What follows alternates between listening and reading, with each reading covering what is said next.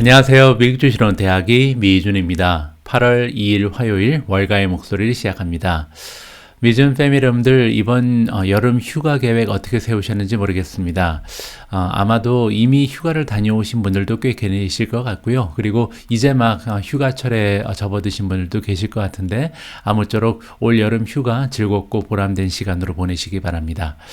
저와 제 가족은요, 이번 여름 좀 얌전하게 지내기로 했습니다. 지난 몇 개월 동안 너무나도 정신없는 그 삶의 변화가 있었잖아요. 인도네시아 살다가 한국으로 이주했다가 또 한국에서 영국으로 건너오면서 좀 심신이 좀 지쳐 있는 것 같습니다. 그래서 이번 여름은 좀 별다른 데 가지 않고 영국 내에서 좀 얌전히 여름 휴가를 만끽할 계획을 가지고 있습니다. 그리고 참고로요, 저를 도와서 미준을 운영해주고 계신 편집팀 중에 한 분께서 오늘 그리고 내일 여름 휴가를 떠납니다. 그래서 굉장히 짧은 여름 휴가 기간이지만 좀 즐거운 시간을 가지셨으면 하고요. 그래서 오늘하고 내일 방송은 3부까지는 가지 못할 것 같습니다. 그래서 2개의 영상으로 오늘 그리고 내일 미준의 방송이 구성된다. 이렇게 여러분들께 미리 좀 양해의 말씀을 드리고 싶습니다. 자, 그럼 8월 2일 보내드리는 월가의 목소리 바로 시작합니다. 자, 오늘 여러분들과 함께 귀 기울여 들어볼 월가의 목소리는요, 여러 개의 투자 기관의 목소리가 아니라 단 하나의 투자 기관에서 내는 목소리를 함께 들어보고자 합니다. 자, 오늘 투자 기관 주인공은 크레딧 스위스고요. 크레딧 스위스가 지난 7월 달에 이제 나스닥 위주로 굉장히 좀 좋은 상승장이 이어졌잖아요, 한 달 동안. 그런데 이 한 달 동안 상승장을 주도했던 그 종목들을 좀 그 캐릭터를 살펴보자. 어떠한 성격을 가지고 있는 종목들이 지난 한 달간 이 주식 시장의 반등을 좀 도모했는지 이 종목들의 특성을 살펴보고요. 그리고 이러한 종목들이 앞으로도 계속해서 랠리를 이어나갈 가능성이 높다. 이러한 지금 전망을 해주고 있거든요. 자, 과연 지난 한 달 동안 상승장을 이끌었던 종목의 특성은 뭐고, 그리고 이 종목들이 과연 앞으로 남아있는 2022년 하반기 동안 어떠한 모습을 보이게 될 수 있을지 크레딧 스위스의 목소리를 함께 들어볼 수 있도록 하겠습니다. 자, 크레딧 스위스가 믿기로는 7월 달에 주식 시장이 이제 랠리를 보이는데 이 랠리가 계속될 것이라고 지금 예상을 하는 것 같습니다. 자, 그러면서 리스트의 그 종목을 우리한테 알려주고 있는데요. 여러 종목이 포함이 되어 있겠죠. 그리고 이 리스트에 들어가 있는 종목은 뭐냐면 앞으로 현재부터 미래까지도 계속해서 모멘텀을 발휘할 수 있는 힘이 있는 종목이다. 이렇게 정리가 가능합니다. 자, 주식 시장이 지난주 금요일 날 굉장히 좀 강력한 7월 달을 잘 마무리했다라고 나와 있고요. 자, 그러면서 6월달 최저점을 찍고 지금 계속해서 랠리를 보이고 있는 것이 주식시장의 모습이다. 자, 그리고 주식시장이 이렇게 7월달에 랠리를 보일 수 있었던 이유는 뭐냐면 주식을 지금 투자하는 사람들, 트레이더들이 베팅을 하고 있는데요. 어디에 베팅을 하고 있냐면 주식시장이 이미 주가에 반영을 했다. 그래서 지금 뭐 리세션이 나타날 것이다. 뭐 리세션에 이미 빠졌다. 이런 이야기들이 굉장히 많이 나타나고 있는데 가벼운 리세션 정도는 이미 주가에 반영이 돼 있다라고 우리가 생각해 볼 수가 있다는 겁니다. 자, 그래서 오히려 주식 지금 투자자들이 조금 더 위험성이 높은 그러한 자산에 좀 관심을 가지고 집중적으로 투자를 진행하면서 아무래도 주식시장이 반등을 했었다라고 이해를 할 수 있는 거죠. 자, 그래서 결국 테크주 위주로 구성이 되어 있는 나스닥 지수 같은 경우는 지난 7월 달에 10% 이상 급등을 보였다라고 이야기를 해주고 있습니다. 자, 그리고 이렇게 반등이 일어나는데 이 반등이 8월 달에도 지속될 가능성이 높다. 자, 그리고 이렇게 8월 달에 지속되는 반등장은 계속해서 스페큘러티브 에셋이라고 나와 있는데요. 스페큘러티브가 뭐냐면 이게 추측성, 그러니까 도박성, 약간 미래를 잘 알 수 없는 불확실한 이런 에셋을 얘기하거든요. 불확실하다는 것은 굉장히 리스크가 크다. 이렇게 우리가 생각해 볼 수가 있고, 또한 지금 현재 모습과 미래의 모습이 다를 수 있다. 따라서 성장주들을 이렇게 부를 수 있다. 이렇게 정리를 해드릴 수가 있습니다. 따라서 크레딧 스위스가 볼 때는 7월 달도 그렇고 지금 8월 달에 들어서도 어느 정도 약간의 도박성, 위험성이 많은 이러한 성장 주식들이 이 분위기를 주도할 것이다. 이렇게 주장을 하고 있는 거죠. 자, 그리고 크레딧 스위스가 어떠한 것을 가리키고 있냐면 조금 더 비둘기파적인 스탠스를 연준이 취할 가능성이 있기 때문에 이러한 전망이 나온다라고 이야기를 해주고 있습니다. 자, 최근 들어서 원자재의 가격이 많이 떨어지고 있죠. 그리고 경제적인 어떠한 경제의 데이터들도 굉장히 좀 약화되는 모습을 보이고 있습니다. 그 얘기는 뭐냐? 결국 다시 얘기해서 인플레이션이 앞으로 조금 더 안정된 모습을 보일 가능성이 있다나요? 있잖아요. 그래서 앞으로 12개월, 24개월 동안 계속해서 인플레이션이 점차 감소되는 모습을 보일 가능성이 굉장히 높다는 것이 크레딧 스위스의 전망입니다. 자, 여기 나와 있는 시니어 주식 전략가인 패트릭 활프리라는 분이 이러한 전망을 가지고 있다. 이렇게 정리가 가능하고요. 자, 우리가 믿기로는 이러한 추세, 지금과 같은 이런 현상이 아마도 연준이 피봇을 하게 만들 것이다. 제가 여러 번에 걸쳐서 말씀드렸죠. 피봇은 갑자기 굴절하는 겁니다. 따라서 태도를 변환할 것이다. 그 얘기는 지금까지는 굉장히 좀 강경한 모습을 몇 개월 동안 펼쳐왔지만 이제 다가오는 가까운 미래에서는 도비시한 그런 정책, 굉장히 좀 비둘기파적인 온건한 모습으로 다시 뒤바뀌게 될 것이다. 이렇게 지금 전망을 하고 있는 거죠. 따라서 앞으로 하반기에 들어서는 연준이 예전보다 훨씬 더 온건파적인 모습을 보일 것이다. 그렇게 되면 지금 일어나고 있는 현재 주식시장의 반등이 계속해서 일어날 수 있는, 지속될 수 있는 그런 서포트가 된다. 이렇게 우리가 살펴볼 수가 있겠죠. 자, 물론 또 하나 우리가 고심해야 되는 부분은 뭐냐면요. 이러한 분위기가 또 금방 바뀔 수도 있다는 겁니다. 그래서 7월 달에 이 시장의 반등을 주도했던 종목들이 닫힐 수도 있다. 만약에 이 투자자들이 갑자기 입장을 바꿔서 조금 더 방어적인 그런 안전 자산으로 옮기게 되면 물론 이제 성장주라든지 테크 주식의 좀 주가가 갑자기 떨어질 가능성도 우리는 염두를 해야 된다라고 귀뜸을 해주고 있습니다. 자, 그럼에도 불구하고 크레딧 스위스는 그렇게 예상하지 않는다는 거죠. 그래서 크레딧 스위스는 지금 어떤 종목에 집중을 하고 있냐면요. 가장 좀 5가지의 요인에 그 노출이 되어 있는 종목들을 추천을 한다라고 나와 있고요. 이 5개의 요인이 뭐냐면 7월 달에 이제 많이 올라간 종목들을 살펴보니까 이 5가지의 카테고리에 하나씩 적용이 되더라. 그래서 이러한 특성을 가지고 있는 종목을 찾아서 투자한다면 앞으로 8월 달도 그렇고 하반기에 좋은 수익률을 올릴 수가 있을 것이다라고 얘기를 해주고 있습니다. 자, 그 5가지가 뭐냐면요. 일단 스페큘러티브, 그러니까 굉장히 좀 불확실성한, 그러니까 리스크가 큰 이러한 성장 주식들을 얘기하는 거고요. 두 번째는 굉장히 비싼 주식들, 따라서 멀티플이 아직까지는 좀 올라가 있는 종목들을 얘기하죠. 세 번째는 비튼 다운, 많이 떨어진 주식입니다. 따라서 최고점을 비교했을 때 얼마나 많이 떨어져 있는지, 그 다음에 이제 변동성이 나오죠. 변동성이 얼마나 극심한가, 마지막으로 공매도에 얼마나 많이 지금 희생을 당해왔는가, 이렇게 5가지의 요인을 살펴보니까 7월 달에 올라간 종목들이 이러한 특성을 가지고 있었다. 그래서 앞으로도 이러한 특성을 가지고 있는 종목을 골라서 투자하면 좋은 성과를 얻을 수 있을 것이다 라는 것이 크레딧 스위스의 조언입니다. 자, 6월에 가장 낮았던 최하점 이후에 지금 이 추측성 주식, 굉장히 좀 위험성이 높은 이러한 성장주들은요, 굉장히 좀 특성이 뭐냐면 비트코인과 함께 움직인다. 그래서 비트코인이 떨어지면 이 성장주들도 떨어지고 비트코인이 올라가면 이 성장주도 올라가고 했잖아요. 자, 그런데 그래서 16.8%나 요 스페큘러티브 스톡이 올라간 적이 있다. 그러니까 1개월 동안 16.8%면 엄청나게 많이 상승을 보여줘. 자, 그리고 두 번째로 아까 말씀드렸던 비싼 주식들, 멀티플이 좀 올라가 있는 종목들이죠. PE 레이시오가 높은 종목들은 16.6%나 올라갔다. 따라서 이 2가지 부분이 가장 좋은 모습을 보였고요. S&P 500은 같은 기간 동안, 한 달 동안 9.9%가 올라갔기 때문에 다른 주식에 비해서 훨씬 더 좋은 효과를 보였던 것이 바로 스페큘러티브, 그리고 이 PE 레이시오가 높은 종목이었다. 이렇게 정리가 가능하겠죠. 제가 다른 그 기사, 그 시킹 알파에 나와 있는 기사를 봤더니 똑같은 내용인데요. 여기 정리가 좀 잘 돼 있더라고요. 제가 한번 보여드리겠습니다.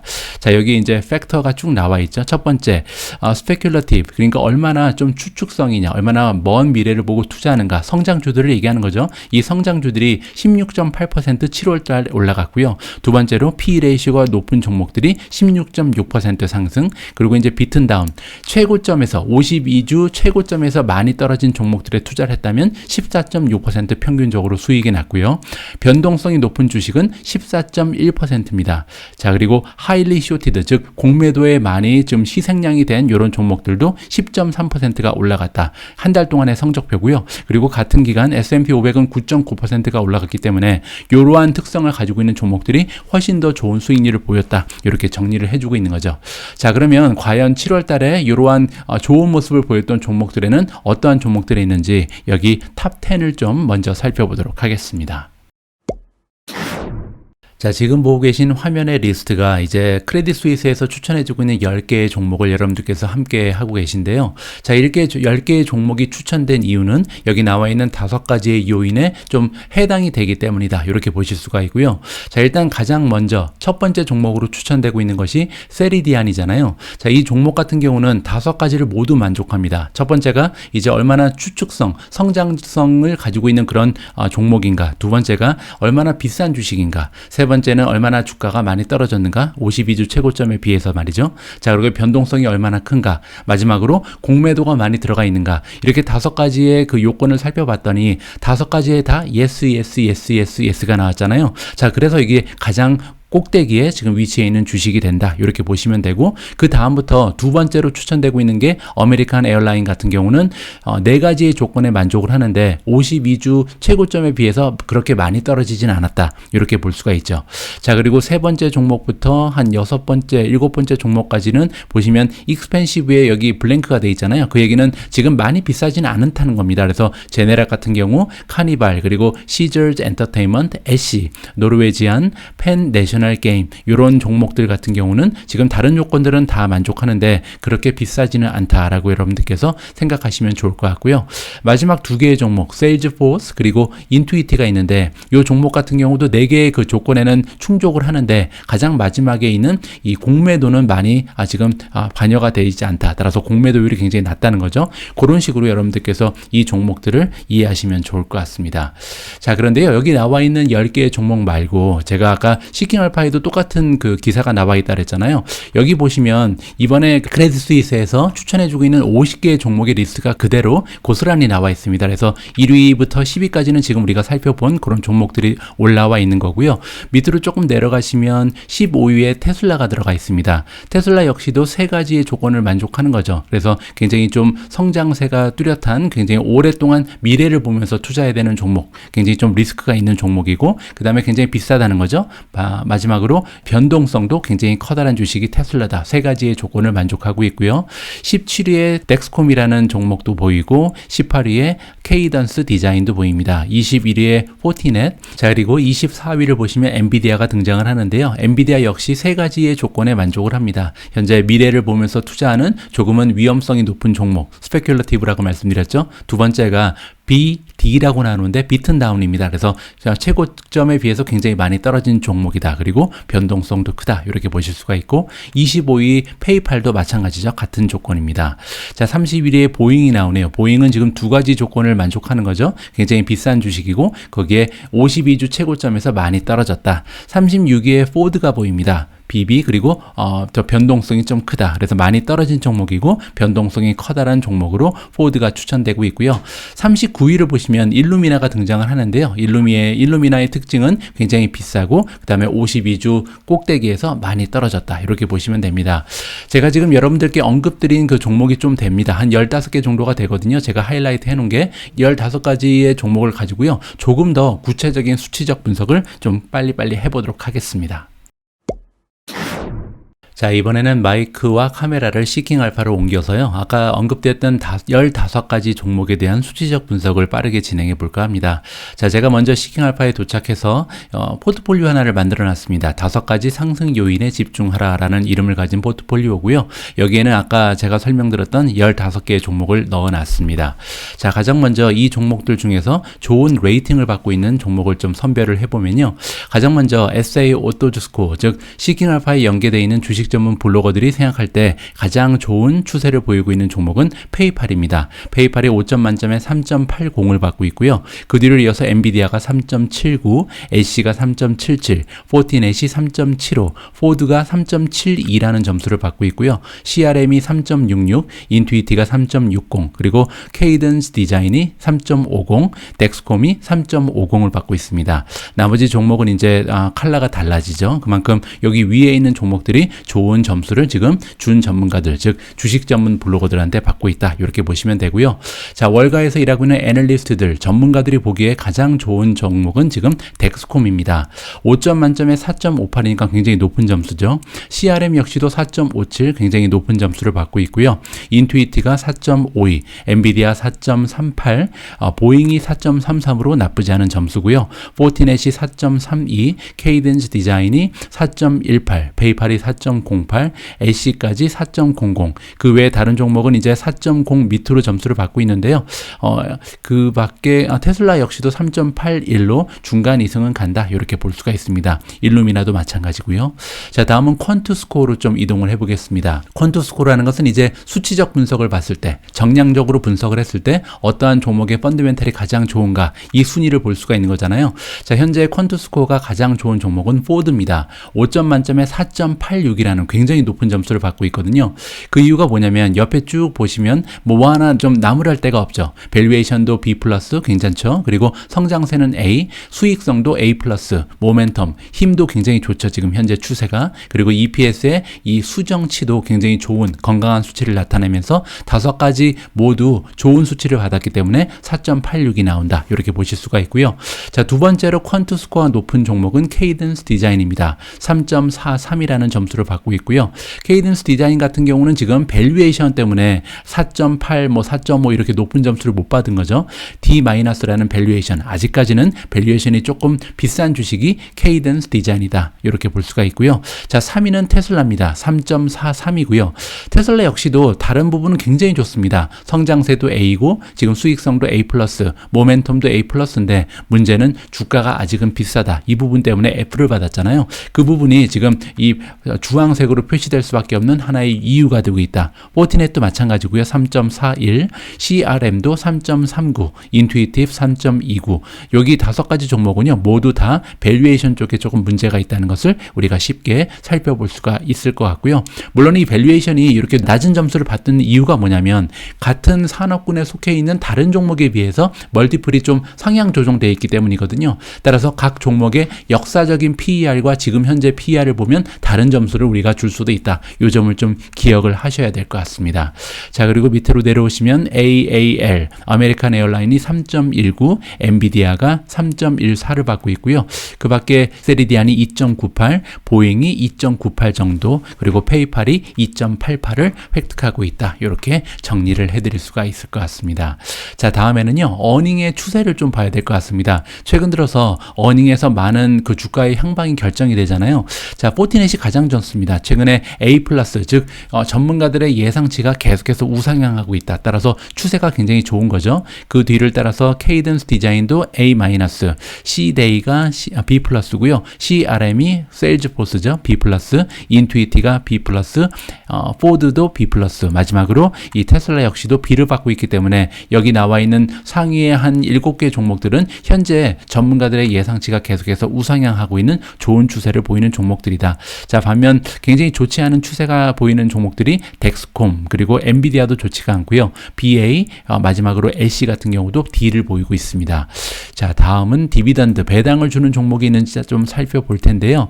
배당을 주는 종목이 3개가 있고요. 포드가 가장 배당률이 높습니다. 현재 일드가 2.04 배당률이죠. 그리고 인투이티가 0.6, 엔비디아는 0.09라는 굉장히 소박한 배당률을 보여주고 있고요. 자, 밸류에이션으로 한번 이 주식들의 순위를 내려볼 텐데요. 밸류에이션 P 레이시오 포워드로 좀 보도록 하겠습니다.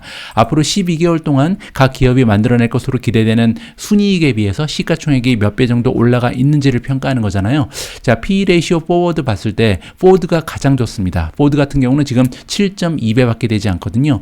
지난 12개월에 만들어낸 순이익에 비해서는 5배 정도밖에 되지 않고요. 향후 12개월 동안 만들어낼 것으로 기대되는 순이익에 비해서는 7배 정도 올라가 있는 상황이다. 따라서 PE 레이시오도 굉장히 좋고 그 옆에 보시면 PEG가 있는데요. PEG라는 것은 PE 레이시오를 성장률로 나눈 거잖아요. 그것도 굉장히 좀 건강한 추세를 보여주고 있고 PS가 매수도 좋습니다. 포드 같은 경우는 지난 12개월 동안 만들어낸 매출에 비해서 시가총액이 40% 정도 수준에 머무르고 있다. 따라서 여러모로 봤을 때 굉장히 좀 저렴한 주식인 것은 확실하다. 자, 두 번째로 PE 레이시오가 낮은 종목은 페이팔이고요. 페이팔은 22배 정도의 PE 포워드 레이시오를 가지고 있습니다. 자, 그리고 페이팔 같은 경우도 지금 PEG를 보시면 성장세가 좀 좋지가 않죠. 그렇기 때문에 PEG가 1.05 위로 올라가 있잖아요. 자, 그리고 PS는 3.93 정도를 보이고 있다. 자, SC는 36배 지금 PE 레이시오가 현재 수준이고요. 그리고 향후 12개월의 순이익을 기준으로 하면 27배 정도가 됩니다. PEG는 1.64. 엔비디아를 보시면 현재는 좀 비싸죠. 48배니까. 하지만 향후 12개월 동안 만들어낼 것으로 기대되는 순이익은 33배 정도의 지금 시가총액을 보이고 있고, 따라서 PEG는 괜찮죠. 현재는 0.64, 그리고 PEG 포워드는 1.38이기 때문에 성장률에 비해서는 나쁘지 않다. 이렇게 정리가 가능합니다. 밑으로 내려오시면 CRM이 181배인데 38배까지 떨어질 예정이고요. 인투이티가 51배, 38배, 케이던스 디자인 66배, 45배, 일루미나가 47배, 52배, 포티넷이 77배, 57배, 마지막으로 테슬라는요, 지금 현재는 100배가 넘어갑니다. PER이. 하지만 앞으로 12개월 동안 만들어낼 것으로 기대되는 향후 미래의 어닝에 비해서는 71배 정도 올라가 있는 상황이다. 따라서 PEG는 괜찮죠. 0.32, 1.60 이 정도의 수준을 나타내주고 있습니다. 자, 다음은 성장률을 좀 보도록 하겠습니다. 일단 레비뉴의 성장을 기준으로 하니까요, 현재 가장 좋은 매출의 성장을 보여주고 있는 종목은 CCL입니다. 카니발이죠. 카니발은 뭐 여러분들 잘 알고 계신 것처럼 과거 1년 전과 지금의 모습은 전혀 딴판이죠. 왜냐하면 팬데믹의 영향으로 거의 영업을 할 수 없었던 1년 전과의 모습과는 확연한 차이가 있다는 것을 우리가 좀 살펴봐야 될 것 같고요. 앞으로 12개월 동안도 57%라는 건강한 매출의 성장을 지속할 수 있다. 굉장히 성장세에 있어서는 최고의 모습을 보여주고 있고, 그 뒤를 이어서 아메리칸 에어라인도 117%, 42%입니다. 자, 테슬라 같은 경우는 지난 12개월 동안 60%의 매출 성장, 그리고 향후 12개월 동안 55%의 성장을 이어줄 것으로 보이기 때문에 테슬라 역시도 가장 강력한 매출의 성장을 이어나가고 있다. 그 뒤를 이어서 엔비디아가 53, 32, 인투이티가 44, 23, 일루미나가 34, 23% 정도의 성장세를 보여주고 있고요. 자, 매출 성장 말고 그러면 순이익의 성장도 봐야겠죠. 우리가 이쪽으로 쭉 넘어가서 EPS, 즉 어닝 퍼 쉐어의 성장률을 보면요, 지난 12개월 동안 가장 좋은 어닝 퍼 쉐어의 성장률을 보여준 것은 테슬라입니다. 338%라는 엄청난 어닝의 성장을 보여줬고, 향후 12개월 동안도 거의 100% 가까운 어닝의 성장을 기대해 볼 수가 있다. 포드 같은 경우는 238%, 69%, 엔비디아도 75%, 36%로 나쁘지가 않고요. 포티넷이 29%, 22%다. 따라서 이러한 어닝의 성장률과 그리고 PE 레이쇼를 비교하면서 우리가 PEG가 나온다는 것을 다시 한번 확인해 볼 수가 있겠죠. 자, 마지막으로 수익성도 좀 보도록 하겠습니다. 자, 수익성 같은 경우는 제가 넷인컴 마진을 기준으로 해서 좀 정리를 할 거고요. 자, 보시는 것처럼 넷인컴 마진, 즉 순이익이 매출에서 지금 몇 퍼센트를 차지하는가, 엔비디아가 가장 좋죠. 32%라는 굉장히 높은 순이익률을 만들어내고 있고요. 프리캐시플로우 마진 역시도 27% 좋습니다. ROE가 41%, 수익률 관련해서는 엔비디아가 최고의 종목이라는 것을 여기서 확인해 볼 수가 있을 것 같고요. 그들을 이어서 케이던스 디자인도 괜찮죠. 23%, 30%, 30%, 인투이티가 19%, 28%, 18%고요. 포티넷이 17, 27, 105%, SC가 17, 19, 73%, 일루미나가 15, 27, 8%고요. 자, 테슬라 같은 경우는 지금 순이익 마진이 14%, 프리캐시플로우 마진이 8%, 그리고 ROE는 29.89%라는 건강한 수치를 보여주고 있습니다. 제가 오늘 준비한 내용은 여기까지입니다. 오늘은 크레딧 스위스라는 투자기관의 목소리를 함께 들어봤는데요. 이런 목소리는 어디까지나 예측에 불과하다는 것을 다시 한번 좀 상기드리고 싶습니다. 주식시장의 미래를 정확하게 예측할 수 있는 전문가 혹은 주식 투자 기관은 없다고 생각하는 게 맞습니다. 왜냐하면 아직 정해지지 않은 것이 미래잖아요. 따라서 오늘 발생하는 뉴스 하나하나 이렇게 많은 변수들이 녹아져서 내일의 주식시장을 만드는 거기 때문에 사실 우리 투자자 입장에서는 주식시장의 미래를 예측하면서 투자의 전략을 짜는 것보다는 그때그때 변화하는 모습을 계속 모니터링하면서 거기에 맞춰서 대응을 하는 것이 훨씬 더 건강한 투자의 방법이다. 이런 말씀을 아울러서 좀 전해드리고 싶습니다. 우리 모두가 미국 주식 투자로 은퇴하는 그날까지 다 함께 화이팅입니다. 행복한 하루 되세요. 감사합니다.